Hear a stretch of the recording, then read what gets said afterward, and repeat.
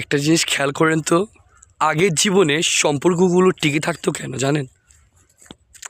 আগের জীবনে প্রেম ভালোবাসাগুলো টিকে থাকতো কেন জানেন?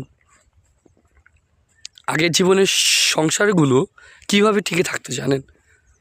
কারণ আগের জীবনে যে মেয়েগুলো ছিল, আজকে থেকে আরও 50 বছর আগের জীবনগুলোই ধরেন, আজকে থেকে আরও 60 বছর আগের জীবনগুলোই ধরেন, যে মেয়েগুলো ছিল তারা সবসময় ভাবতো স্বামী হচ্ছে সর্বপ্রথম প্রায়োরিটি। প্রত্যেকটা স্বামী না তার ওয়াইফের কাছ থেকে সম্মান চায়, ভালোবাসা চায়, স্নেহ চায়, একটু সময় চায়।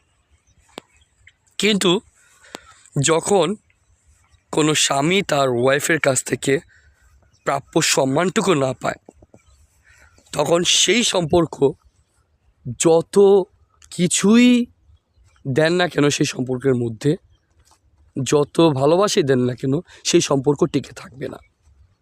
কারণ প্রত্যেকটা স্বামী তার ওয়াইফের কাছ থেকে প্রাপ্য সম্মানটুকু নিয়েই বেঁচে থাকে। এখন শুধুমাত্র স্বামী স্ত্রী বলবো না, ভালোবাসার ক্ষেত্রেও সেম। আপনি কাউকে ভালোবাসছেন, কিন্তু সেখানে আপনি আপনার ভালোবাসার মানুষকে সম্মান দিচ্ছেন না, ভালোবাসার মানুষকে কদর করছেন না। কোনো এক সময় গিয়ে সেই ভালোবাসাটারও ফাটল ধরবে। এখানে খেয়াল করে দেখবেন, এখনকার সমাজে সবচাইতে বেশি ডিভোর্স হচ্ছে, তার মূল কারণ হচ্ছে মেয়ের মার কুবুদ্ধি কিংবা পরকীয়া। এই দুইটা জিনিসের জন্য মানুষের সবচেয়ে বেশি পরিমাণে ডিভোর্স হচ্ছে। আর তৃতীয় যে কারণটা হচ্ছে, সেটা হচ্ছে আত্মসম্মান। নিজের হাজব্যান্ডকে সম্মান না করা, নিজের হাজব্যান্ডকে তুচ্ছ মনে করা, নিজের হাজব্যান্ডের প্রায়োরিটিকে গ্রহণযোগ্য না দেওয়া। এই তিনটা কারণে সবচেয়ে বেশি পরিমাণে বিচ্ছেদ হচ্ছে।